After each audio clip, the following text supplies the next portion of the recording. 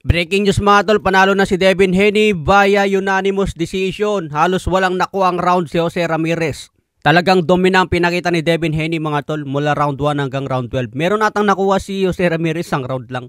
Wala naman tayong maipakitang magandang aksyon sa laban ni Devin Haney mga tol, kaya ganito na lang video natin. Ang galawan kasi ni Devin Haney mga tol, kaya mahirap siyang tamaan. Kasi bumabato siya ng suntok kung kailan yung kalaban niya hindi nakahanda. Kapag gumalaw kasi Devin Haney, side-side, parang nagko-crossover sa basketball. Kaya hindi makita ni Jose Ramirez kung saan siya talaga pupunta. Ngayon, dahil sa sobrang focus ni Jose Ramirez kung paano niya i-corner, paano niya huliin si Devin Haney, kung paano niya i-close yung gap para makatama, doon naman bibitaw ng suntok si Devin Haney.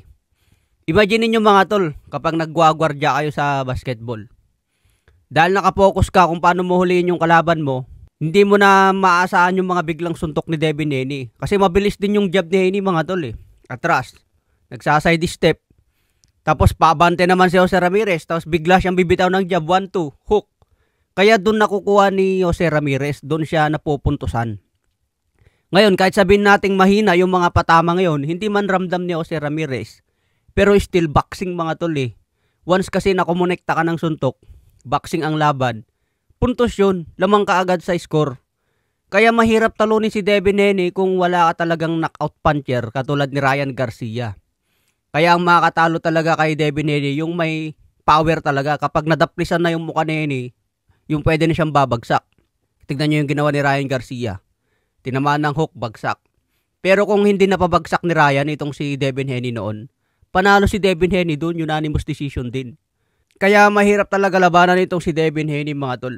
Kahit sino kasing boksingero mga tol, yung mga may karanasan sa ring. Kapag inahabol mo kasi yung kalaban, hindi ka makapag-counter agad kapag biglang suntok. Mahirap kumounter kapag hindi mo inape-predict o hindi mo inaasahan yung suntok. Wala namang boksingero na kapag na-jab ka, kumakounter ka agad ng automatic. Yung move kasi ni Devin Haney, hindi lang siya yung typical na tumatakbo na umaatras. Hindi. Ganun yung move niya eh. Sa side step eh. Kaya mahirap pulihin. Tingin ko ang maganda kalaban ni Devin Haney sa welterweight, si Jaron Ennis, kasi mahaba si Ennis eh. Pagalingan sila magpuntos ni Jaron Ennis niyan sa welterweight. Boring talaga ang laban ni Devin Haney mga tol. Pero kapag maintindihan mo kasi yung boxing, maganda rin yung galaw niya eh. Hindi lang talaga entertaining fight kasi maboboring ka talaga. Boring talaga putik na yan. Hindi nga ako ginanahan manood eh. Kasi inaasahan ko na yung laban. Mula round 1, ganun yung galaw niya.